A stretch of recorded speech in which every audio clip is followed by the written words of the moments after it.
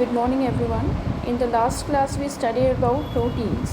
Today we will study about the polysaccharides. Okay, the acid insoluble palate. Okay, the acid insoluble palate also has the polysaccharides, carbohydrates as another class of biomacromolecules. Okay, the biomacromolecules means which are having the size greater than that of the 10,000 Dalton. है ना? So the acid insoluble palate जो acid में soluble नहीं हुआ था, that was present over the surface of the cloth, है ना? So these are polysaccharides also, which can be simply called as carbohydrates, and these are the another class of macromolecules. Fine. The polysaccharides are the long chains. Okay, these are the long chain polymers, or we can say the long chain sugars. ठीक है, long chain sugars होते हैं ये, and they are the threads literally a cotton thread जैसा आपको appear करेंगे, and containing different monosaccharides. इनके जितने भी यूनिट्स हैं, मोनोमर यूनिट्स हैं, they are called as monosaccharides, or we can say a building block. ठीक है, तो building blocks कह दो इन्हें, या you can say for example जैसे सेल्यूलोज है. Cellulose is a kind of polysaccharide, it's a polymer which helps in the providing toughness to the plant cell wall. Plant cell wall is composed of cellulose. That's why the cellulose, it's a polymeric polysaccharide which contains only one type of monosaccharide, that is glucose. When glucose units are glucose units are linked in a polymerized pattern, n number of glucose molecules are added. In cellulose, it is approximately 100 to 200 molecules of glucose are attached with the help of glycosidic linkage to form a polymer called cellulose. ठीक है, तो अब इसमें केवल monomer unit केवल एक ही है, that is glucose. That's why the cellulose is considered as homopolymer. ठीक है, सेकेंड जो इसमें है, इसी का एक वेरिएंट है, that is the starch. Starch में क्या होता है, एक तो वो स्टोर हाउस है एनर्जी का. स्टार्च कहाँ मिलेगा आपको? Starch you will get in plant body. Plant body में जो कार्बोहाइड्रेट है, it is stored in the form of starch. तो स्टार्च एक तरह का पॉलीसेकेराइड ही है. ठीक है, but it acts as a store house of energy in plants.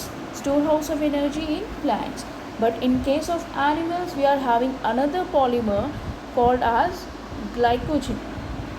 Sorry for that. Another polymer, that is glycogen. Glycogen तो हम ये कहते नहीं है कि आप जैसे plant body में the glucose is stored in the form of starch, and in case of animal body it is stored in the form of glycogen. ठीक है, तो glycogen एक polymer है. Fine.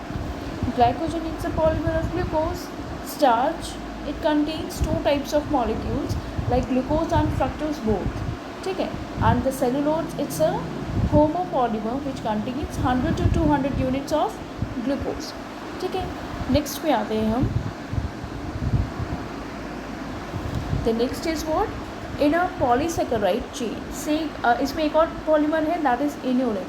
ठीक है, इन अ पॉलीसेकेराइड चेन से glycogen में right end पे जो भी मॉलिक्यूल प्रेजेंट होगा, it can be called as reducing end, और जो लेफ्ट एंड है उसे हम कहेंगे नॉन रिड्यूसिंग एंड. और इसमें ब्रांचेस भी प्रेजेंट होती है, जैसे ये आपको कार्टून स्ट्रक्चर में शो कर रखा है. कार्टून स्ट्रक्चर में क्या शो रखा है, एक लीनियर चेन है, फिर उसके बाद ये ब्रांचिंग्स ऊपर दिखा रखी हैं. अपना जो ग्लाइकोजन मॉलिक्यूल है वो इसे ब्रांचिंग पैटर्न का होता है, इसीलिए वो इजीली स्टोर हो जाता है हमारे मसल्स में और हमारे लिवर में. ठीक है, तो ग्लाइकोजन हमारी बॉडी में दो जगह स्टोर होता है, टू प्लेसेस पे.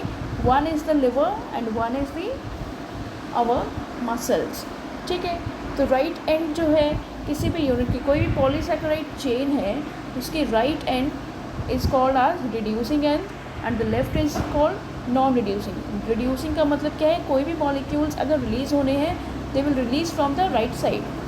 ठीक है, not from the left side. Okay, it has branches as shown in the form of a cartoon. Starch forms helical secondary structures. अब जब आगे हम प्रोटीन के स्ट्रक्चर्स पढ़ेंगे that you will be able to know what are these secondary structures. उन secondary structures क्या हैं? तो स्टार्च जो है हमारा सेकेंडरी स्ट्रक्चर के फॉर्म में प्रेजेंट होता है, ठीक है। इन स्टार्च क्या है हमारे पास? Starch can hold iodine molecules in the helical portion.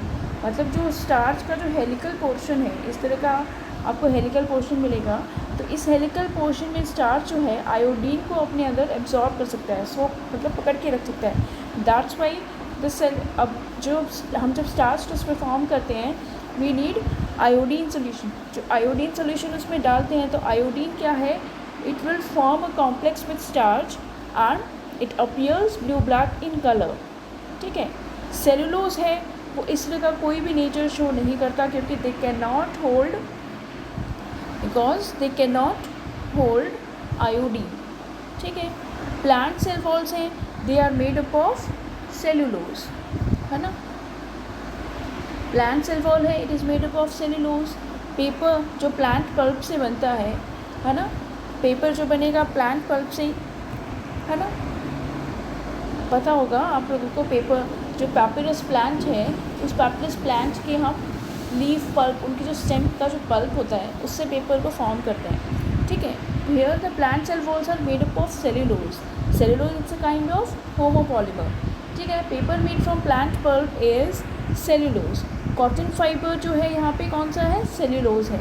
इसके अलावा सेलुलोज के अलावा हमारे पास और भी कॉम्प्लेक्स पॉलीसेकेराइड्स होते हैं, जैसे जो बिल्डिंग ब्लॉक्स होते हैं। जैसे फॉर एग्जांपल एक अमीनो शुगर का एग्जांपल है। This amino sugar it is present where? In case of exoskeleton of arthropods. जो एक्सोस्केलेटन होते हैं आर्थ्रोपोड्स के, उनमें प्रेजेंट होता है, and that is chitin. Chitin के बारे में आपको बताया था, it's also a homopolymer where its monomer unit is N-acetyl glucosamine।